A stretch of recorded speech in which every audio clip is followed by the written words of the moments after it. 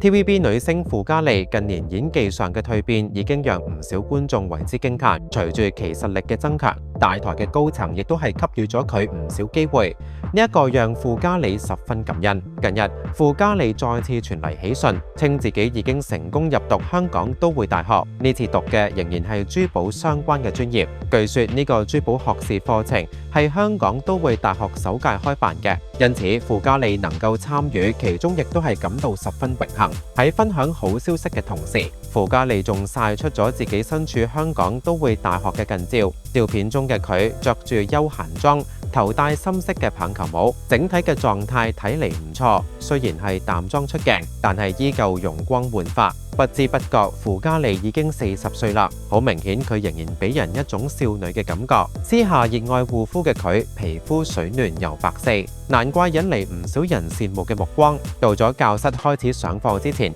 傅嘉莉仲專門着上咗統一嘅服裝，上面仲印有學校嘅標誌。雖然傅嘉莉冇話呢次嘅課程要持續幾耐，但係顯然佢好開心可以重返校園。至於呢一次係咪會耽誤後續嘅演藝工作，上嚟傅嘉莉亦都朝早做好咗安排。眾所周知，前不久傅嘉莉一直忙住為 TVB 嘅新劇《玫瑰戰爭》開工，劇組開機已經有2個幾月嘅時間。之前有演員透露，內地嘅戲份差唔多已經殺青，後續會轉場到香港繼續拍攝。不過剩餘嘅工作唔多啦，相信全劇殺青嘅日子亦都係近在眼前。